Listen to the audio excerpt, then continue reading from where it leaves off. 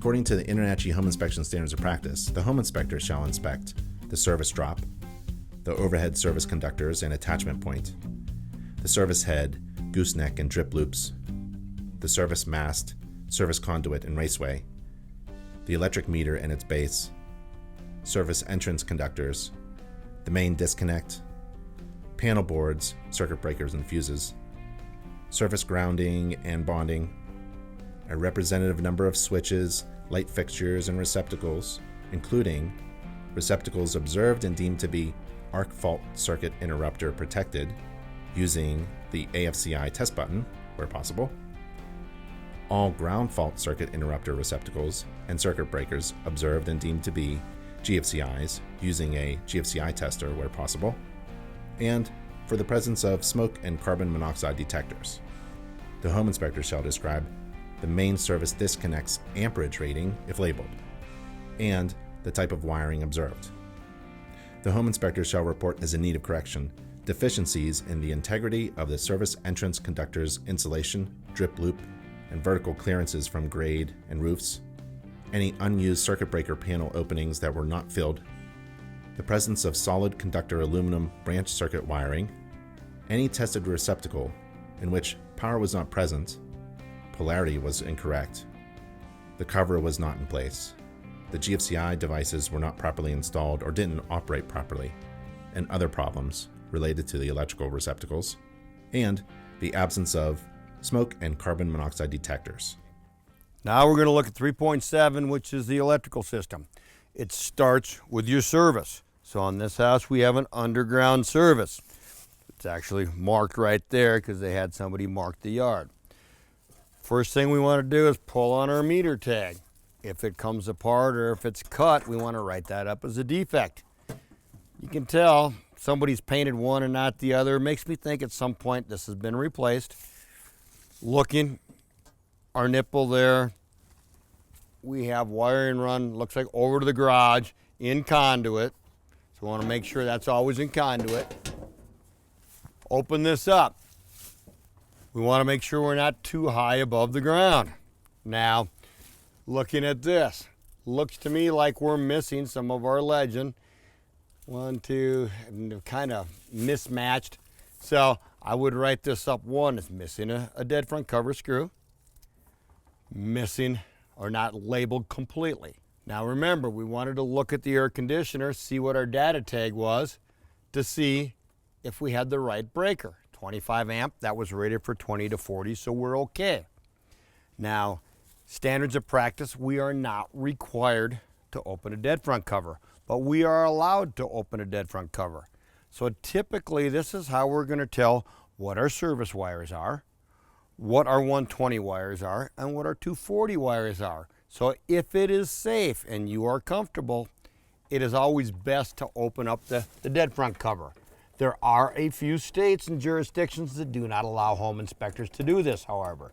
So you need to check with your local jurisdiction and your standards of practice for your state. Remember, safety is always priority. There's more items in an electrical panel to report on than anywhere else in the house, but it also can be very dangerous if you're not careful. Now, normally we put on gloves and wear shields.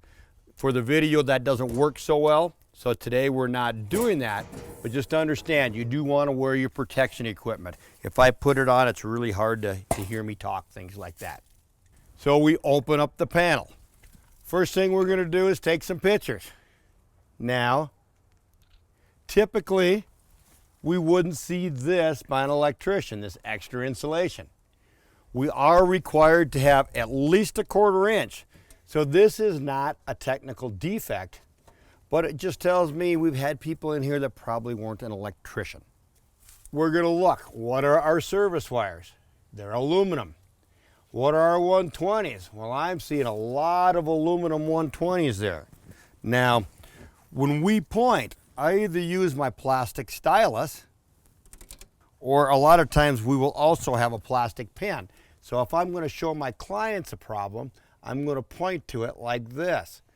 Don't use a screwdriver. You shouldn't get in the habit of using your finger. If you do, stay a long ways away. but a pin works really good. So like I say, most electricians wouldn't leave this much insulation. We're using what's called fused neutrals. We have a bunch of neutral wires under one screw.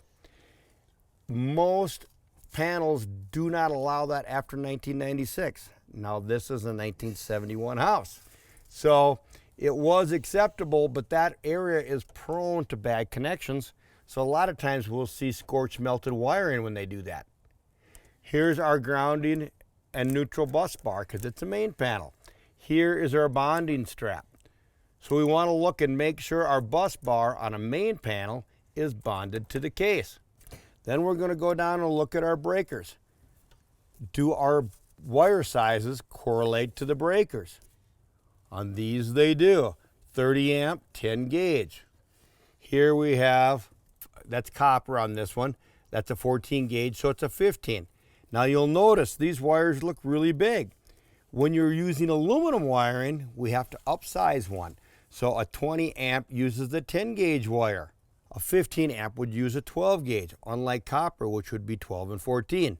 So we want to look, make sure all the breaker sizes are correct for the wiring. Then we're going to come over here and look, do the same thing on this side. Now these are 15s, so these are 12 gauge because they're aluminum. 10 gauge, 25, that's okay. This is another copper wire, so it's 15 and 14, that's okay. And up here, 50 for the range, that's okay. So we have aluminum service wires, we have copper and aluminum for our 240s, and we have copper and aluminum for our 120s. So that goes in your report. Now, whenever we see aluminum wiring on our 120 circuits, you do want to call it out for further evaluation by a licensed electrician. We have had a lot of problems with aluminum wiring, so now they typically either recommend replacing the wire or redoing all the terminals with either copper aluminum crimps or Alumicons. So they also usually recommend putting antioxidant, which I don't see any here. Now, code does not require antioxidant. It allows you to do it, but a lot of jurisdictions require antioxidant. So we write it up when we do not see it on our connections. So we've looked at our wires, we looked at our bus bar, we looked at our service lugs. Now we're going to look at the shell itself. Do we have wire bushings? Are we missing knockouts? Newer electrical is now required to bond this nipple here. So on a newer service, we would expect to see a ground wire coming out of here. As we're looking here, on this age, we have one ground. Looking to see if we have a driven rod. Here it is right down here. Goes underground, so we can't see it, but it's going through that conduit. Now, a lot of times we will have a water ground. So newer construction will have two ground wires coming out. One typically goes to either a ground rod or a UFR. The other will go to the cold water line. When we pull off the screws, we want to make sure they are flat tip screws. If that screw hits a wire, like right here, we want it to push that wire, not poke it. If it's a pointed screw, it can pierce it and actually short that wire out. So now, when we're done here, I would document what breakers are off. They have the AC breaker off, they have this breaker off, but it's not being used. So there are a few openings. We would take another picture, and then we would put the dead front cover back on. Now remember, standards of practice, we are not required to remove the dead front cover. Like I say, some jurisdictions do not allow it. When you can and when it's safe, it's a good idea because that's where we're going to see a lot of problems. Now, we keep extra screws in our bag just for that reason. If you drop one and you lose it, you want to be able to, make it right. I don't replace missing screws as a habit. I write them up as missing, but I do keep some extras that I buy at the hardware store that are the right screws for the right panel in my bag. Now the panel is old enough, we don't have any arc fault breakers. We also don't have any ground fault breakers, which would lead me to hope that we have GFCI outlets in the bathrooms and kitchens at the wet areas. Now, we did feed a sub panel, which I don't see where it's labeled on here. Like I say, they're not labeled completely, but that sub panel is probably for the basement because I saw it was in the basement, so we may have arc faults down there. I would take another picture that shows everything and is exactly how I found it. Now that initial picture is great because if you accidentally turn something off, you've already taken a picture before you touch this, so you know which breakers were where. So then you want to close the rain cover. And to those of you that aren't in Colorado, New Mexico, Arizona, or Nevada, it is very odd to see an electrical panel outside. Because of our lack of humidity, most of our panels are outside, but most places around the country, you're not going to see the panel outside like this. That's kind of a unique thing for us here. That's wrapping up the electrical panel. Now we'll move into the inside of the house. Okay, we just came from the main panel. I like to do all my panels at the same size. So when we did our initial walkthrough, we noticed that there was a sub panel downstairs in the mechanical room, laundry. So we talked about this briefly. First thing we want to look for is a legend. Okay, we do have a legend. We have our screws. On this one, we do have an arc fault breaker that we can test, but it's a GE panel. We've had good luck with GEs. So again, you're not required to pull this off, but it's a good idea. You'll notice I brushed it like this to begin with. That way, if it was hot or had a problem, your hands would go like this. It wouldn't be stuck. It wouldn't be like this. So, since we're going to take this sub panel apart, and now understand, we call it a sub panel, but electrical codes call them all distribution panels. There is no such thing as a sub panel. Thing is, if you call it a distribution panel, most of your clients won't know what you're talking about. So we're going to take off the dead front. Notice I'm standing in front of the panel. We're supposed to have 3-foot clearance, basically floor to ceiling, in front of any panel, and that's for safety. If I'm having to reach over something, it's not safe for me to take off the dead front cover, so then I definitely would not be taking it off. So we have our proper clearances in front. We've already checked it. So now we're going to take apart our dead front. And like I say, make sure your jurisdiction allows it. Some states, some SOPs do not. But for the rest of us, most of us are allowed to take off dead front covers. Now, we never want any wood contact, so we want to make sure, yes, it does come out all the way. So somebody just framed this out because there's not a lot of space here. So, this is the sub panel, and it's in the house, which means it's attached. So therefore, we have to have a 4-wire system.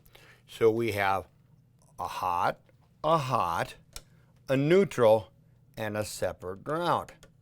Because that is a 10-gauge ground, now, new standards, we cannot have over a 30-amp breaker. We're no longer allowed to overfuse our ground wires. We should also have an isolated, non-bonded neutral, so it can't be connected to the case. And then we have to have a ground that is connected to the case. So we have our grounding bus bar. We have our neutral bus bar. We have our main lugs. So we have a 240 circuit, 10 gauge, so we had a 30-amp breaker upstairs feeding this. Looks like we might have an overfuse. Let's look at that. No, we don't. So it's just a different age wire. This wire is a little thicker than this insulation, but they're both 12-amp breakers. Over here, we have our arc fault. 15-amp circuit, we have a 20 and a 15 here. So our breaker size correlates with the wire. We don't have any extra knockouts. We have our wire bushings. We have at least a 1/4 inch of insulation on those. This style here with that bushing, they terminate right there. You can actually see it right there. If this was a main panel or if it was a detached structure that they wanted to use its own grounding system, right here it says bond. There would be a green screw right there. Some of the times the panel is shipped with that green screw and it has to be removed. So you always want to look for that bond screw, and with a sub panel it typically shouldn't be there. On a main panel it should. So now we're going to put the panel back together, put the dead front cover back on. Okay, you want to make sure you put everything back together, be safe, and remember, like I said, we're not wearing the safety goggles and that today because of the voice, but normally you want to wear your face protection, all of that kind of stuff to be safe. So you want to put your screws in, and remember, just like the main panel, we want flat tip screws. So now we're putting the sub panel back together. Now, once this is together, then we'll have to check a representative number of outlets. We'll have to check our smoke detector locations, our carbon monoxide detectors, and our lighting systems. Again, took another picture, show that everything's exactly where it was. We have everything back together. And so now we're done with our panels, and we'll start going our interior electrical. Right over here in the storage room, we see a missing junction box cover. Basement, storage rooms, garage, a lot of times you'll see where people have added things, and those are definitely areas along with the attic that you want to look for missing junction box covers, things like that. For interior electrical, we're required to test a representative number of outlets. We turn all the lights on as we're coming through. We'll know it like this, where there's a bulb burnt out, because it could be a bad fixture also, not just a bulb. So if there's something not working, we want to note it. But I like to test every outlet that we can easily get at. Like over here, I'm not going to unplug a TV. I'm not going to unplug a computer, things like that. There's two types of testers. You know, this one's $10. This one's a little bit more. If we're doing newer construction, a lot of times we'll just use this one. But if we're using a house, this house has aluminum wiring. So I like to get this out. If we're doing an older house, if we're doing a flip especially, because there's a lot of false grounds, things like that, that this will find, that this won't. Now we do use this to trip our GFCIs. It's just a little faster than this. So we'll just come, we'll plug in. That tells me that circuit's good. Now the basement on this house doesn't have aluminum, but when we get to the aluminum wiring, we'll check our voltages. And our voltage drops at 15 amps, because if I have a bad connection with aluminum, it'll show up with this. With this here, it won't. It'll just show up like this. So we just go around, like I say, I test all the ones we can get at. You're only required to do a representative. If you're going to do that, I would suggest you do at least one in each bedroom, or at least room. These air wick type things, some of them have the oil in it. I would never unplug one to test it, because if you spill it, that oil or that wax leaks all over. So they tested good. Now the other thing you want to look at is location of the outlets. Typically we don't want to have any place that we have to have more than a 6-foot cord. So if it's newer construction, we should have quite a few outlets. Older houses, a lot of times we'd only have a couple outlets in each bedroom. So now this one, I'm not going to move the couch to get at. And in here, I'm not unplugging their things, but we have one right here we can test. We are going to run the ceiling fans as part of the electrical lighting system. So if they vibrate, we're going to call it out, things like that. If it has a little bit of a vibration, I'd put it in the report. It's not too bad though. Actually, it's settled down. It's probably just because I moved it by pulling on it. Now coming into the bathroom. We are supposed to check all GFCIs. So I like to trip them with a quick tester. It's just much easier. Just check it. It reset just fine. Fan, light came on. Sounds like we have a Bluetooth fan. So we'll turn that one back off so we don't turn on anybody's stuff. But so just check that. And the rest of the outlets in here have things plugged in. They're just not easily accessible. Okay, now depending on the age of the house, you know, the house may or may not have GFCIs. When I look at these outlets, these are new outlets, so they should all be GFCI protected because of the kitchen. However, if you have a 1970s house with original outlets, they may not be GFCI'd. So we'll check these, reset just fine. We'll check this one over here. Current standards are every outlet in the kitchen should be GFCI, which should be even like these down here.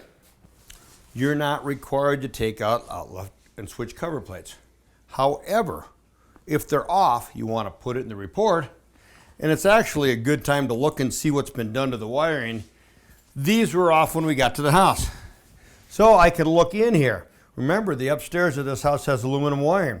So as I'm looking right here, this device says this switch is rated for COALR, which means it's an aluminum rated light switch. They also make outlets that are aluminum rated. Now if we look inside here, we see these purple connectors. Those are called Alumicons. They are endorsed by the Consumer Product Safety Commission for aluminum wiring. These red wire nuts are now no longer endorsed. Prior to '86 they were. But so my report would say the red wire nuts that were used to pigtail aluminum wiring did not appear to be currently rated for use with aluminum wiring. Now, it's on the ground circuit. You will see that quite often because these Alumicons and copper aluminum crimps are expensive. The wire nuts are pretty cheap. Since the ground doesn't carry current, a lot of electricians will put just wire nuts in the ground circuit. Now down here, we have the same thing. And if I look, it says COALR. So that outlet is rated for aluminum wiring. If I looked and I had aluminum to it and it was not rated for it, said copper only, I'd put a note in my report that the outlets and light switches did not appear to be rated for use with aluminum wiring. Normally, we talked about this outside at the panel, when we have aluminum wiring, we want to see antioxidant.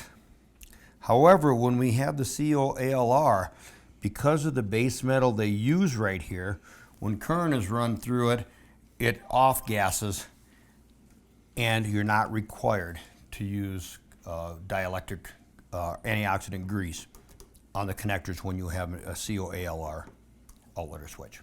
And like I say, remember, you're not required to take off the cover plate, but if they're missing, you do want to put it in the report. Okay, again, I like to check outlets in every accessible outlet in a room, but when they have things like this plugged in, that will make a big mess if you spill it. So I typically will not test this one, or if I do, I'll just test the other one, like that one. Now, that light switch is upside down. What that tells me is this top section is on a switch. So it's a switched outlet. The age of the house, that wasn't what was normally done. So somebody's changed that. Again, plugged in here. So I wouldn't test those.